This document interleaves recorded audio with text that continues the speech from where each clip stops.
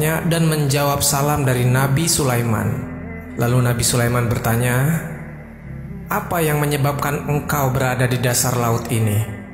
Dan pemuda ini pun menjawab, "Wahai Nabiullah, sesungguhnya ayahku adalah seorang laki-laki yang lumpuh, sementara ibuku adalah seorang wanita yang buta matanya. Aku merawat keduanya selama 70 tahun dengan kasih sayang. Tatkala ketika ajal menjemput ibuku, ia berdoa kepada Allah, 'Ya Rob, panjangkanlah umur anakku dalam keadaan selalu bertakwa kepadamu.'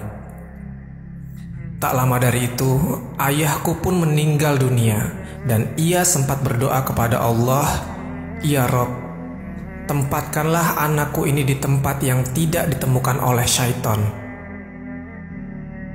Mendengar kisah ini, Nabi Sulaiman pun terdiam hingga pemuda ini melanjutkan lagi ceritanya. "Sesudah aku memakamkan kedua orang tuaku, aku berjalan-jalan ke tepi pantai untuk menghilangkan kesedihan. Namun kemudian muncul sebuah kubah yang bercahaya. Kubah itu sangat indah. Kemudian aku masuk ke dalamnya untuk melihat keindahan kubah tersebut. Lalu datanglah beberapa malaikat yang kemudian malaikat itu membawa kubah ini ke dalam lautan, sedangkan aku berada di dalamnya."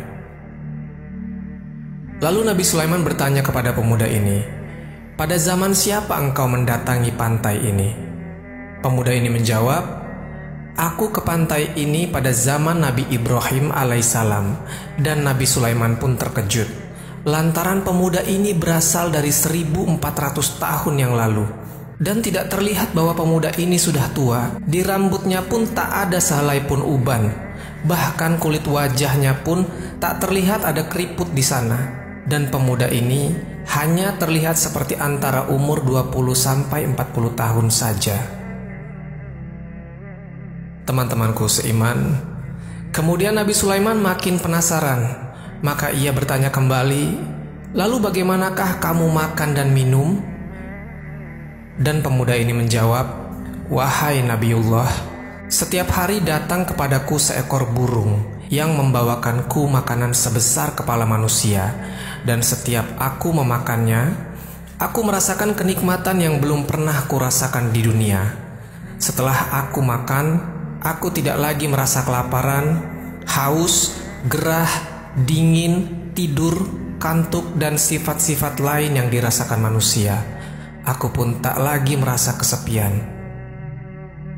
Setelah percakapan ini, Nabi Sulaiman menawarkan dua pilihan kepada pemuda ini. Yang pertama, agar pemuda ini ikut dan tinggal bersama Sulaiman di istananya, atau ia tetap kembali ke kubah mutiara itu.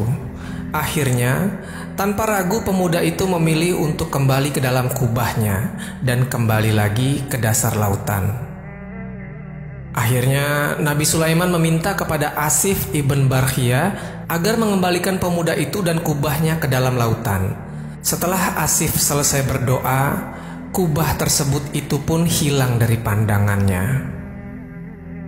Kisah ini ada di dalam kitab Irsyadul Ibad yang ditulis oleh Syekh Zainuddin bin Abdul Aziz dari Malabar, negara India. Pelajaran yang dapat kita ambil dari kisah ini adalah betapa mustajabnya doa orang tua kepada anaknya. Kita yang masih memiliki orang tua sangat diwajibkan untuk dirawat dengan kasih sayang, karena ada sebagian orang yang memang doanya sangat besar kemungkinannya untuk dikabulkan Allah Subhanahu wa Ta'ala. Yang pertama, doa orang tua kepada anaknya. Lalu yang kedua, doa orang yang teraniaya. Yang ketiga, doa orang yang sedang berpuasa. Dan yang keempat, doa seorang musafir. Wallahu a'lam bishawab. Jadi itulah kisah tentang petapa berusia 1400 tahun di zaman Nabi Sulaiman.